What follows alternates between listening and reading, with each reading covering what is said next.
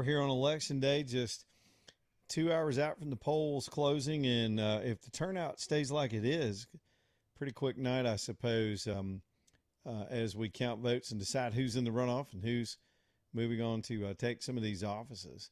The turnout down, I've been tracking WSFA down in Montgomery is doing a really good job just tracking Montgomery County. And turnout was at about 6% this morning. It's climbed to 20% turnout so far today. And that's not great, but it's more respectable than it seemed as we got into the early hours. I've said it a couple times on the show.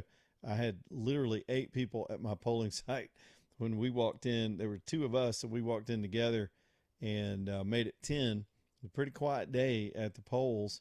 We'll see how it goes tonight. Of course, I have plenty to talk about tomorrow as we head into all this stuff. There are political stories in the news. We got boatloads of calls about aliens. And did I mention the Pizza Hut thing yet, AJ? Have I thrown that on the table?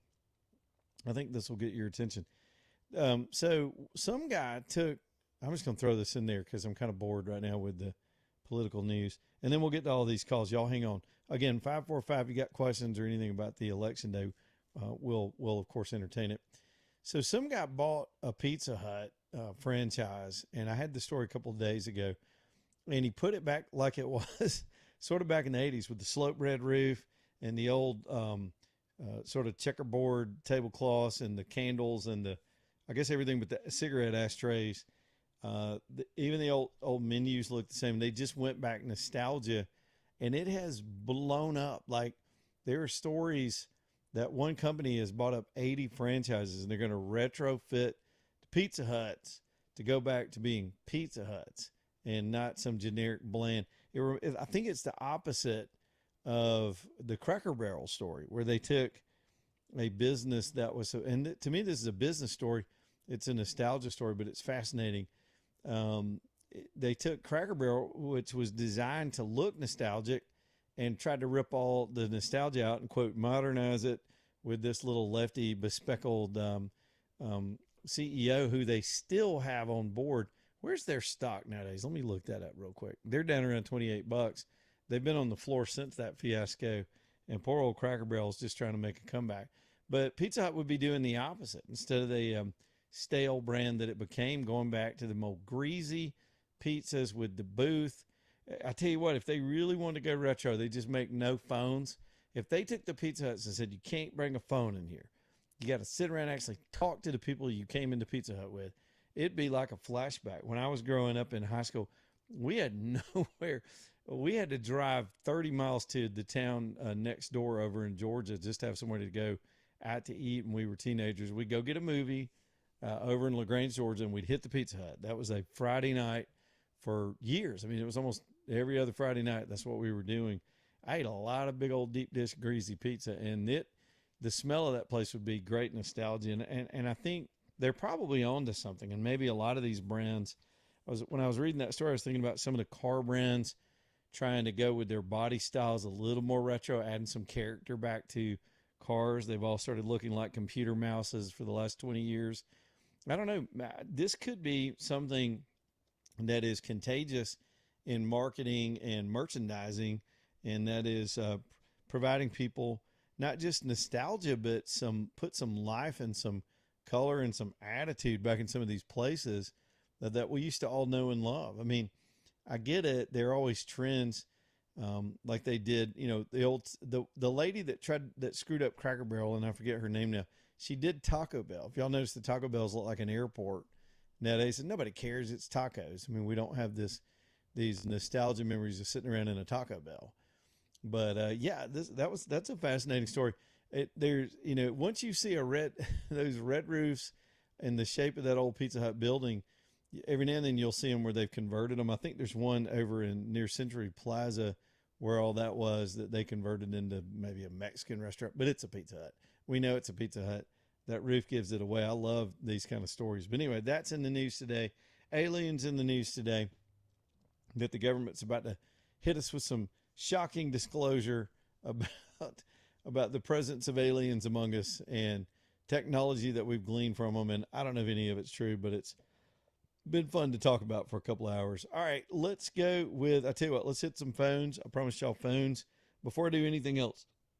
However, FloorTech Concrete Coatings, Kevin and his team ready to come paint that garage floor and do it right.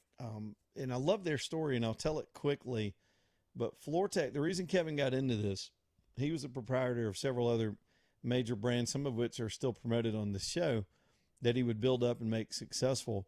And he's looking around going, man, the painted concrete floor industry with the protectant coat and the flake in it that looks so nice, the product sucks. It always fails. It peels up, it yellows, it looks dingy. I mean, not too long after you put it down. And so they did some research and found out they're just using the wrong stuff. They're thinning out their products with these solvents to stretch out the product, and it's making it cheap and making it not perform like it should. They came up with a better product at FloorTech. This product is guaranteed for the life of that property. And it's transferable.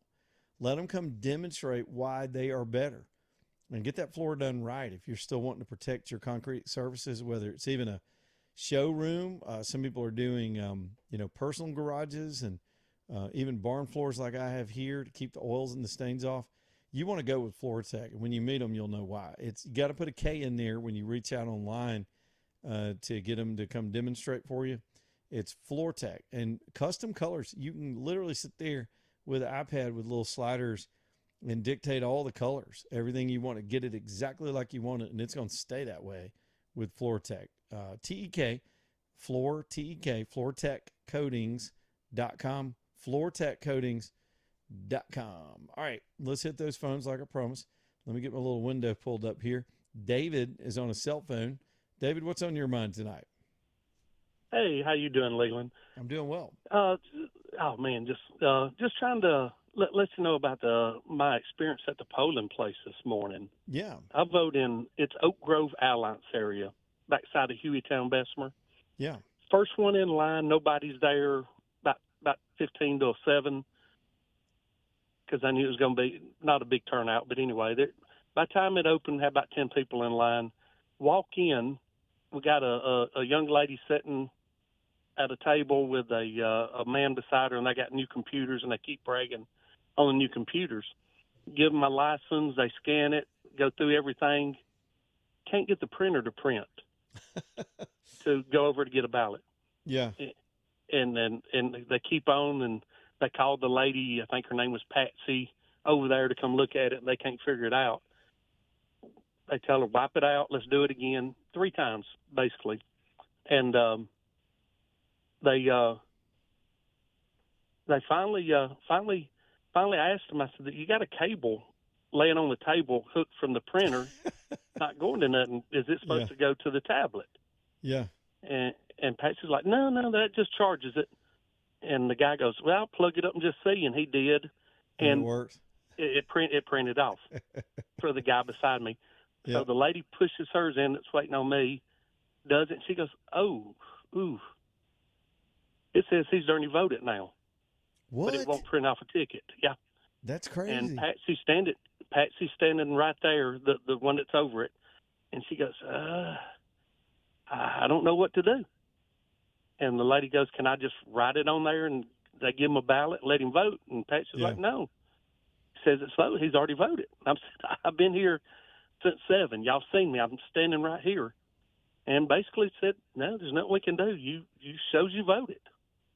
No, they should have been able to let you vote what's called a provisional ballot. Well, and they sealed that up and hold it.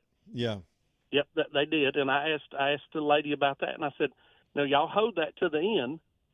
I said, but when y'all match that up to my name and it shows that I did vote, or is this really going to be counted? And she looked, she goes, probably not, because it says you already voted. You can't vote twice. Well, I just the level of incompetency was just pitiful. And where was this polling site again? It is the Oak Grove Alliance. Yeah. So you need to take that up with the Hueytown towards the river. You need to take that up with probably the probate judge's office in the county. I think they have an election division, and I'd register the complaint with that. You've got eyewitnesses. And at least get some kind of resolution that they know that problem happened. If nothing, they can fix their rules so that they can make provision for technical errors like that because it seemed like a technical error. Now it is Jefferson County. It is Jefferson County. It's not going to surprise me that maybe somebody did vote for you before you got there. No, Who knows? No. When the lady, when she was doing it, she goes, "Oops." Oh, I don't even know how that could possibly record because you didn't scan a whole ballot in. You were just trying to. You were trying to let them know you're there, pick a ballot, and be able to get your little certificate so you can get a ballot. Right? That's what you were trying to do. And I thought about usually they have a representative there. Yeah. He wasn't there this morning. I'm actually going to stop back by on the way back in and see if he's there and talk to him. That's crazy stuff, man. I appreciate you sharing the story.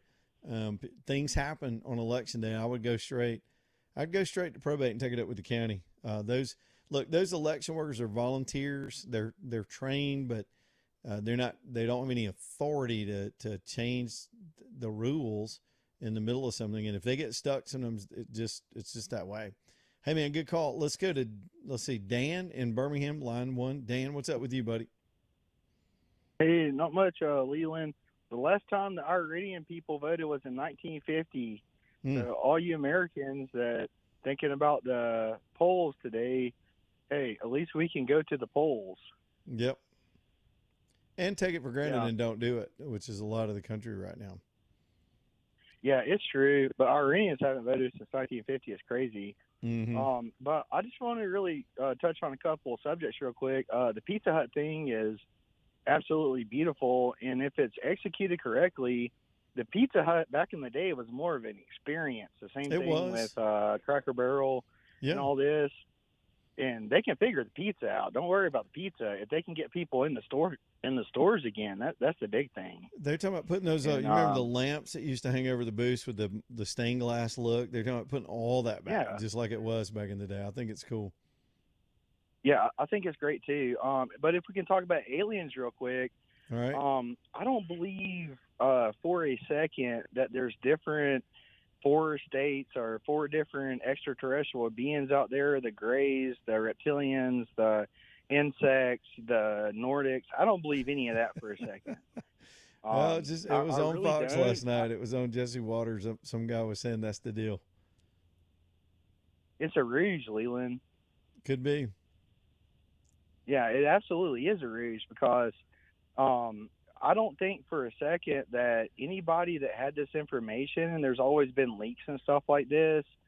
I mean, I can do something and word of mouth gets around faster than I realize, and nobody can keep quiet this information if it was actually true. Yeah, I don't think they'd be able to keep really feel like secret. This is being put in front of us, though, to really distract us and to shield us from, what's happening in the rest of the world. And I really feel like, I don't want to try to go like end times, but all the Christians on the show, if you actually read and read the Bible, not actually, that's kind of hard to put, but if you read the Bible and look at the way the rapture is going to happen and the second coming of Christ, we're all going to have to deal with tribulation. If you're a Christian and the rapture only came up in the 1800s, and if you're a Christian and think that Jesus can come get you and save you one day, that's a different mindset rather than, hey, like they're about to behead a bunch of Christians everywhere. Like that's a different mindset. And I think we're all going to have to deal with tribulations. And I think really all this is kind of alluding that all these false prophets are going to create miracles, and they may be in the shape of a gray or a reptilian or insectoid or a Nordic, but it's not. It's all a distraction, Leland. Seriously. You know what? The thing is, the problem with the distraction theory, and a lot of people will say things about that. Everything something big comes up, it's a distraction. We're already distracted. Nobody's paying attention to anything. You can't go to a Pizza Hut and people are on their phones. Nobody's dialed in on anything. Everything's distracting. Dan, good call though, buddy. I got to run. It's so late in the show. I got calls stacking up. Hey, let me see if I can get Will real quick because he's got a Pizza Hut comment too. Will, what's up, buddy? What's up, man? Hey, I love the idea of the Pizza Hut.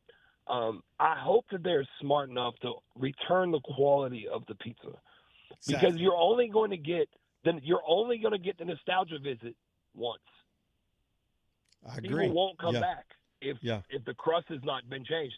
And I know you got to go. I saw this crazy thing.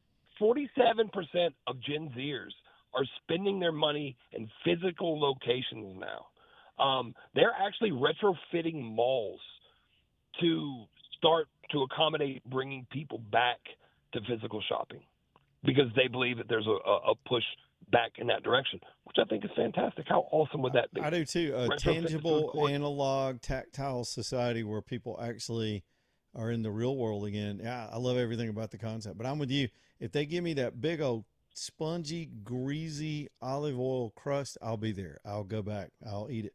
I'll do it. And it's going to cost them more money, but they'll make more money. I hope they're smart enough to see that. Yeah, it's a funny concept, and apparently they're going to try to do 80 of these to see how it goes. So, hey, Will, I hope y'all have a great show tonight. Let me get this break in here real quick. Allen and Company bringing you the show this evening. The Thompsons were there with us. I keep bringing that up, but so many of our sponsors and advertisers came to hang out with us Friday night, and that's such a wonderful family. The daughters and the mom and dad. And of course, Alan's the dad, and he's the master jeweler, and then they're there to do their role. Their role is to take their time with you, give you advice, help you browse, get all those things done. Alan's over there making the pieces and fixing the things and resizing stuff and making it exactly like you want it, and you get a lot of personal service with a family. Again, their name is riding on this. This is what they do as a family, and it's talk about nostalgia. That's what built this country. Y'all, it's Allen and Company in Vestavia for any of your blingy needs. If you're giving something to somebody or just treating yourself, Allen and Company on Highway 31 near the car wash in Vestavia, Allen and Company.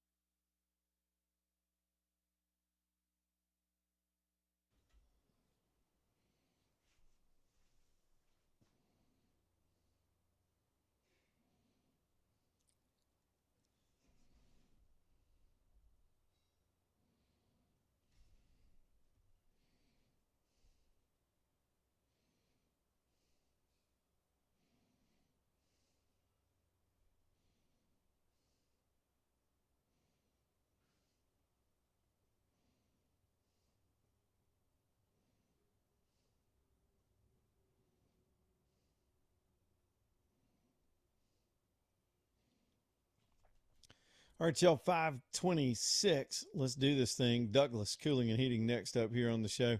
Man, if you need to get a tune-up, you need to get a tune-up, and Douglas is ready to come tune you up and clean you up and make sure that system is ready for all this heat. Man, I don't know what I'd do without it today. It was super hot outside, and here comes summer. Let them take care of you, and if you need an install, I'd say do it now before we get into that 95-degree weather, and it starts breaking systems, and everybody's waiting in line to get service. It's just a trend here in the South. If you got a weak link in that system, it could break on you at the worst possible minute. Let Douglas come out and do that install. They're going to add capacity to my system this summer too, and I just trust these guys. They've taken care of me for going on 17 years, many different properties over that time. CallDouglas.com, C-A-L-L, CallDouglas.com, license number 2017181. This is my heating and air company, plumbing as well. CallDouglas.com. All right, let's get Hunter in here from Homewood. Hunter, how you doing this afternoon? How you doing? Doing well. All right. Unfortunately, I got a bucket of cold water for you. That's all right. Do it. So those 4 aliens, Yep. that comes from Coast to Coast FM with Art Bell. I totally believe it. Yes, I totally believe it. That is exactly where that came from. And I'm not saying like from my recollection. I'm saying that's where that list started, and specifically the Nordics. It's well, maybe he was right all those years ago, and they're about to admit it. It's possible. It's possible. But the 0 point energy thing, yeah, I can explain it real quick in layman's terms. If picture yourself as an electron, and you're just floating, you're the size of an electron. You're a tiny ping pong ball, and you're floating around in submolecular space. If you look to your left, sometimes another electron just appears, and sometimes it goes away. But basically, it's charges, protons too, maybe, but they just sort of sublimate. They just sort of appear out of nowhere. The problem is, and it's observable, and we can even create the conditions where, even though it's somewhat random, it's more likely to happen than not. So we can induce 0 point energy. The problem is, it is, and I'm going to use a big word here, diaphanous. It is rare. It is far between. And the hardest thing in physics with any of these science fiction sort of power supplies and stuff is that it's real. You can make it happen, but it's incredibly difficult to get enough of it to do actual work in a human sense. So even if they've cracked 0 point energy, all it means is I don't even know how much. It would take more space than Earth, right? Like all of Earth to generate enough power with 0 point energy to do something useful, like run a spaceship or something. You see what I'm saying? It's just, look, there's just a lot of volume and repetition and different angles and stories, and something's driving this. Maybe it's just the internet being the internet too. So, Hunter, good input, brother. We got to get this last little break in here, this bottom of the hour break, and we'll come back. More of your phone calls too. Y'all are blowing it up today. I'm loving it. While we wait on the polls to close, hour and a half left to vote. Back in a minute. Leland Live, Talk 99.5. Y'all stay tuned.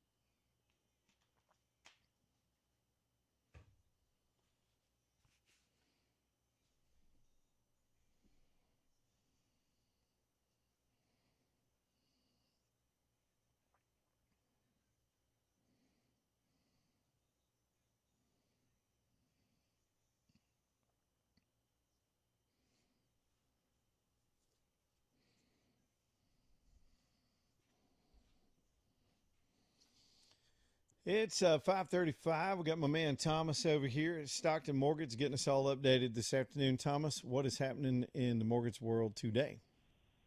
Hey, lady man. One of the things I wanted to talk to you tonight about is, with a brand new batch of high school graduates, they're going to be going off to college and, housing. One of the things I want to remind everybody about is, if you buy a parent, if your student is going off and they're going to be 19 years old, that student can buy a condo in the town that they're going to school in.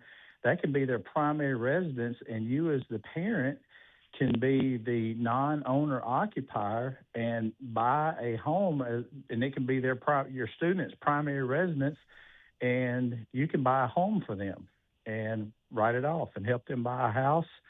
And so it could be your student's primary residence, and you can be the non-owner or the co-signer with them, and that way be earning equity while they're in school and earning an asset while they're in school instead of having to pay all that rent. And, man, it is a great program available. So it is a smart way to do student housing while they're in school. So give us a call. We can talk more about it and show you ways of getting your student in or getting you into college housing. So 205-859-8859 or savewithstockton.com. Yeah, and then you got the possibility if they're going to have roommates to let them pay rent to your kid, and then they're paying for the mortgage. So exactly, work out in a great way. Or making money, money on the deal. No doubt. Exactly. Hey, good thoughts, Thomas. We appreciate you tonight. SaveWithStockton.com, SaveWithStockton.com. All right, let's go to Kim over here, line 4, AJ. We'll go to Kim. What's up, Kim? Hello. Hey. It's been a minute since I've called in, but 17 years ago, I was in a head-on collision, but the 20 years prior to that, I worked at Pizza Hut, okay? Oh, wow. And I know, and in the first 10 years that I worked there, I made their dough.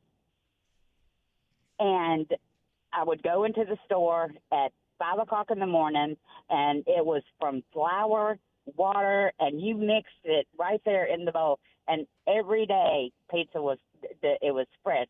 None of this frozen crap. Mm-hmm. And so if they can go back to that, if they can go back to the day, because, you couldn't beat their pizza. What would be the years for that? Like, what years were you making the dough that way? Let's see. I guess it would be the late 80s, early 90s.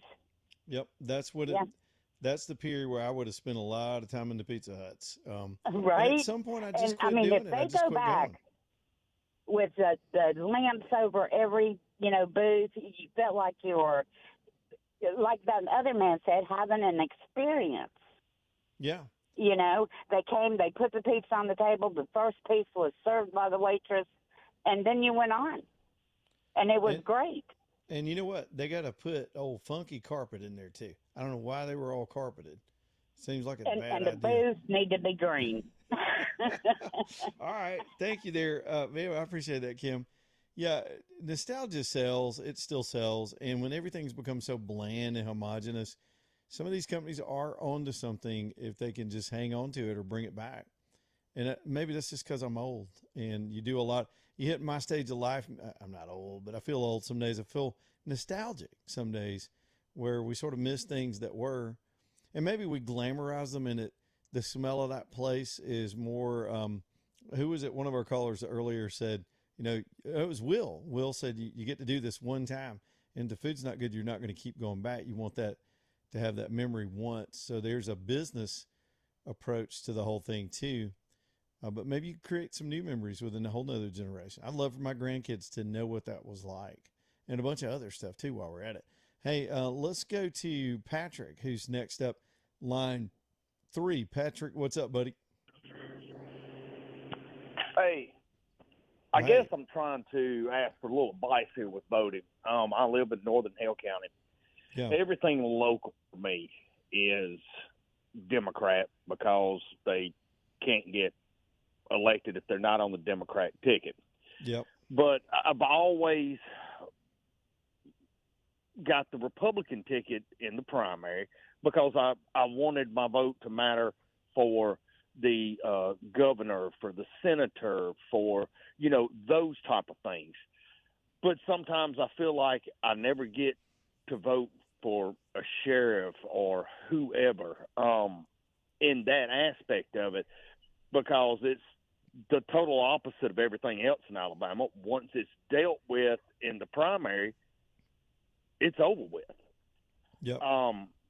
So I was just trying to ask for some advice of, should I basically just let go in the primary, vote Democrat for my local government, and then when the general comes up, then vote for the other things?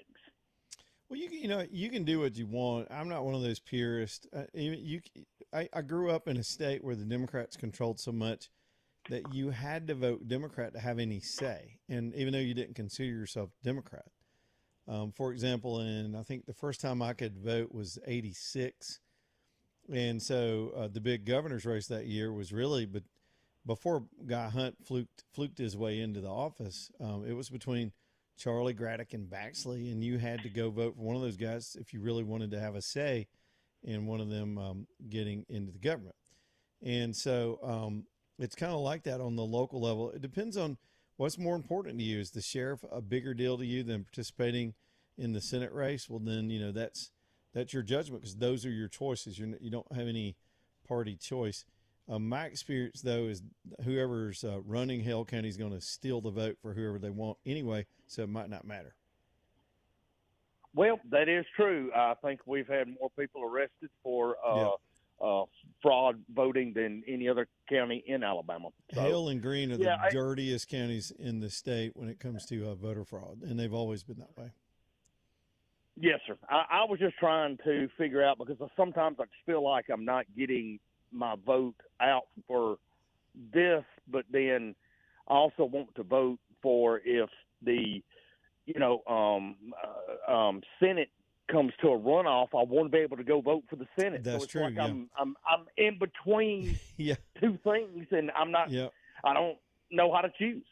Well, just decide what your real priorities are because it's an either-or scenario in the primary. And then, like you said, by the general election, I mean, in a race like this, with it being so tight and so many candidates, every vote counts in that regard for the statewide. So it may be even a little more important, even in a low turnout election, for you to say what you got to say from Hale County, as opposed to, past elections where you got, thousands of people turning out and your vote might not make a huge difference. But, man, good call, though. I appreciate the dilemma. I appreciate your input. Thank you. Yeah, man. I grew up like that. I maybe he wanted me to tell him what to do. I don't want to do that. But and he articulated his choices pretty well. It kind of sucks. Look, the two-party system has failed this country. I wish we had a more open and alternative system to keep these people in check. And every now and then we get to bow up like this Cornyn-Paxton thing out in Texas. That is the hard base pushing back on that nonsense. Trump had the back of the base today in endorsing Paxton. It is pissing off all of the careerists, the wannabes. Our own Katie Brent endorsed Cornyn. Thune's fit to be tied. Thune is so pissed at Trump. There's going to be this big showdown in the Senate between them now. You had Cassidy get taken out in Louisiana. He's now not going to vote for the ballroom because he's a big old puss. And that's who these people are. They are petty and not loyal. They want loyalty when they need something. That's it. It's a one-way street with these careerists. And a lot of them know they'll be around long after Trump's gone, so they're still playing their game. It sucks. Here's Walker on a cell phone, line 2. What's up, Walker? Hey, man, love the show. Thank you, buddy. Hey, this is a little bit off subject, man, but have you seen the documentary about the invention of copper? No, I have not. Where's that? It's on Netflix. Basically, what it boiled down to, it was two Jews fighting over a penny. Oh, look at you! How you did that? Just snuck in a little. AJ, we let a anti-Semitic jokester from Walker County call in. That's all right. It wasn't even that funny. I've got a funnier joke, but maybe one day I'll tell it when I'm ready to get fired. Henry is up next, line 1. Henry, go fast, my friend. What's up, buddy? Hey, how are you? Doing well. I was down there today, and I was voting near Mountain Brook and at that city hall, and I ran into Chris Speaker on the way, and, I kind of got to talking to him, and, I just kind of want to know a little bit more about, all that mess with the data centers. And, he was kind of telling me that they are going to have to pay their own way, and that the PSC has come out and said that the ratepayer would not pay any of that cost. And, I kind of started talking to him more, and I like the guy. He's a stand-up guy. He seemed pretty good, and I kind of looked into his race and realized that Jim Ziegler guy that is running against him, there's 2 others that I hadn't really ever heard of, but he's running his 8th statewide race, and he's been running since the Civil War. Yeah, he's been using all these buzzwords to get elected, and I don't know. I guess there's a reason why he's lost that many times. I don't know, but Chris Speaker just seemed like a stand-up guy. He was telling me he's a farmer, and there's a reason he wants this energy rates to drop, and I liked him. He seemed like a good, nice, general, good guy, and he's got my vote. Well, all right, man. Say hi to your dad tonight when you get home, Chris, and everybody. We'll appreciate it. Thanks, Henry. First of all, AJ, is there a young man that age named Henry anywhere in the country? No. That's an old guy's name. Do you think that was actually Chris's, nephew? I mean, Chris Speaker may be a fine guy, but that's the fakest call we've had today. First, we had an anti-Semitic joke, then we had this fake. Man, it's like one of those diner ads. It's like, so, Gladys, who are you voting for this election season? It sounds like that Jim Carden's ad. I used to know Jim Carden's way back in the day. It's the stiffest damn ad I have ever heard. Should we do like an awards from now? It was too late to do it this year for political ads. Mm-hmm. Well, you can still bring it up because, they got the election coming up in November, so we can act like we have the Political Ad Gala Award on the election night. Check us out. So if I had to, off the top of my head, if I had to do awards, the vaguest reference is the lady that's running Pat Dye and Bear Bryant. And, there's only people my age and older that remember what they sound like. I used to love me some Pat Dye, but she randomly runs Pat Dye in the spot, and I don't even know why he's in there. I have no idea why he's in there. Gentlemen. I loved some Pat Dye speeches. I got to know him late in life, and anyway, it's not a knock on Pat Dye, but I don't understand why. And then she's also in that same spot. She implies that people are able to buy stuff use margarita mix to buy their Alabama farm products. She does it back. She says it backwards, and it drives me crazy every time I hear it. I told Jay Mitchell yesterday, dumbest line of the whole season so far. You can all Akbar your butt back to Mexico, or whatever he said, back to the Middle East. Dumbest line of the whole season. You got any nominations? I'll tell you what, we'll do that. I should have done this the whole show. What am I thinking? I got off on aliens and Pizza Hut. Nominations for dumb stuff and ads. You get it off your chest because you won't have to hear any more after maybe an hour and 15 minutes, except for the runoff candidates, and they'll be back in your mailbox and all over your phone again. There's been some stupid stuff. John Wall with a shotgun. This dude's a butterfly farmer. I'm like, do the butterfly thing. I want to know more about John Wall. How do you get those butterflies to get it on? Do you put on a little Barry White music for the butterflies? What do they prefer? Rick Astley? I don't know. Do you Rick roll them? Never gonna give you up. And then the butterfly's like, yeah, baby. And he's got more butterflies. I don't know how you farm butterflies. I would like to know. That would have been fun. Chin, who's running for auditor, great depiction of his ethnicity. I thought it was very clever. So there's some good stuff too in the midst of it. But this has been a season of mediocrity. Where is Spencer Pratt in those AI videos when you need them? Because that has set the barn on fire nationwide, and I hope that guy wins. I'm under no illusion that he will. It's Los Angeles, man. It's a foreign country now. Birmingham Broker, let's talk about Craig and Keith and those guys downtown. If you got a car, truck, or SUV and you want to sell it and unload it, don't go sell it. Don't go trade it in. Try to do it yourself. That one, it's a pain in the ass if you do it yourself. Two, they're going to rip you off. They'll rip you a new one if you go trade it in. This is what they do. I mean, they don't have any choice. They got to give you wholesale. They will rip you a 3-bedroom, 2-bath, double wide new one. So sell it with Birmingham Broker and get full value. Get a retail check, and then go back to those guys and haggle with them for the new one you want. Works for everybody. It has for years. I'll never trade another way again. They're downtown Birmingham, 4th Avenue South, bhambroker.com, bhambroker.com.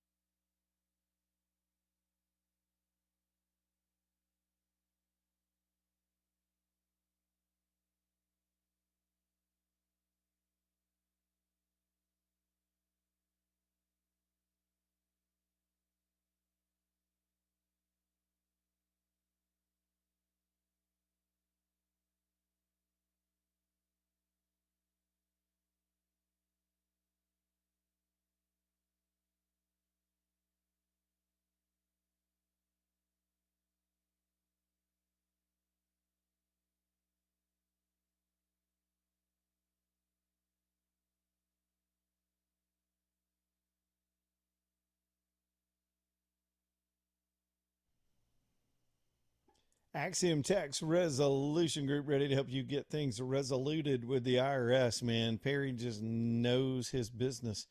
There are lots of TV ads you'll see for tax services. People say they could help you with the IRS, but man, look, those are generally referral businesses. They're generating leads with a TV spot. They're farming them out all over the country. I'm sending you to the man himself. Perry Cronin and his crew at Axiom Tax Resolution Group are right here in Birmingham. It's not a soul in this country that understands these programs better than him. They will sit down with you in person, privately, no judgment, figure out your situation and get you some relief, that is some debt relief and or a payback plan. They can help you stop the harassment and get on with your life. It sucks when your own government is stalking you. Let Perry help. It's Axiom Tax Resolution Group, 205tax.com, 205tax.com. The phone number is 872-1100. Y'all tell Perry we said hey, and get you some sleep at night and let him help. Axiom Tax Resolution Group. Lana is on a cell phone. What's up, Lana? Hey, good afternoon. Good afternoon.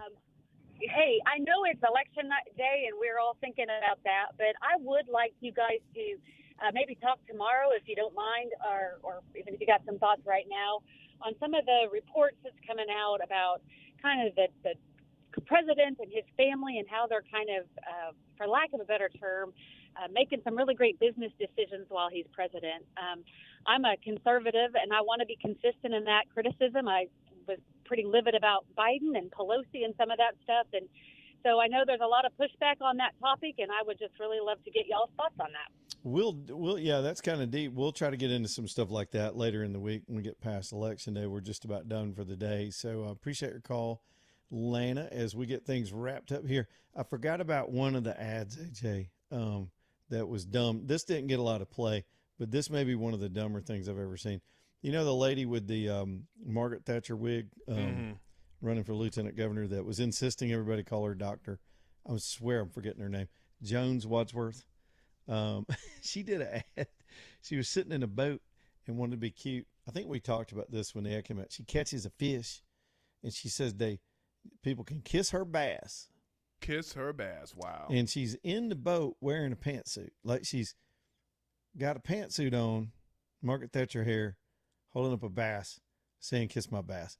That may be as bad as Allah Akbar, your butt back to the Middle East. I'm just saying. At least Jeremy Oden dropped all the gunshots in his gun tote notum ad. For PSC, bang, bang, bang. Some people, one guy asked me the other day, he said, do they think we're dumb or are they that dumb? I'm like, it's both. It really is. All right, we'll have a lot to talk about tomorrow when we get all these results in. Distinctive Pools, last sponsor of the show today. Y'all, look, don't just keep putting this decision off. I get it. I do that too. I have a long-range plan. We might do this exactly at our house, but there's some current construction. It's phased. What I do know is when you're ready to go, sometimes you just got to start doing your due diligence and your homework, and that's what you can do if you get Distinctive Pools to come out. Instead of guessing at it, let them come out and show you what's possible in your space, what room you have for what can be done, get you a design. Then you can develop a budget, and then you get the best pool builder in Alabama ready to come put it in for you with companies aligned with them to help you finance it. Trust Gary Levesque and his 40-plus years of experience and his entire team. It's distinctivepools.com, distinctivepools.com. Polls close in an hour. You still got an hour to go cast your vote. We'll talk all about it tomorrow. Until then, hang on for Breaking Bread. Goodbye, AJ.